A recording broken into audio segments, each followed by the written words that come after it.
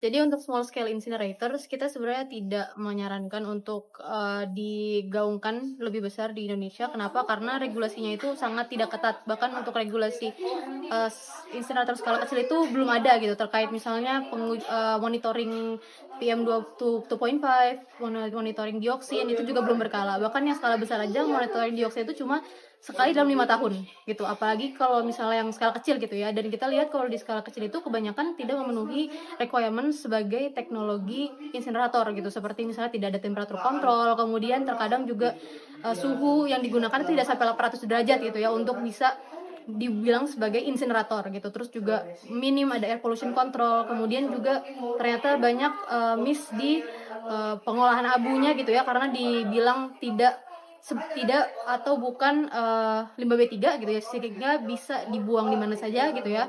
Padahal ketika kita ambil sampel kita gitu ya, terkait 10 sampel abu dari 9 insinerator yang ada di Indonesia, ada 3 provinsi, semuanya mengandung, dioksin gitu, yang mana dioksin ini seharusnya membuat abu tersebut sebagai limbah B3 gitu. Jadi by content itu limbah B3, tapi by regulasi ternyata tidak masuk ke dalam limbah B3 gitu. Jadi banyak sekali loopholes yang harus dibenahi terlebih dahulu gitu ya, sebelum bisa menjalankan small scale incinerator yang aman dan tentunya bisa mengurangi masalah sampah gitu. Dan kita juga melihat di Nexus 3 bahwa, eee, solusi bahwa pengurangan sampah itu dengan dibakar gitu ya melalui small scale incinerator menurut kami itu kurang tepat gitu ya. Kita sangat mendukung kita, menutup dari kerannya gitu. Jadi mengurangi sampah yang masuk ke TPA ataupun mengurangi pentimbunan sampah itu sendiri gitu. Karena setelah kita lihat beberapa tahun belakangan ternyata banyak sampah-sampah yang di insinerator tuh justru menumpuk gitu ya. Bukan malah hilang gitu ya, tapi justru membuat masalah baru gitu ya.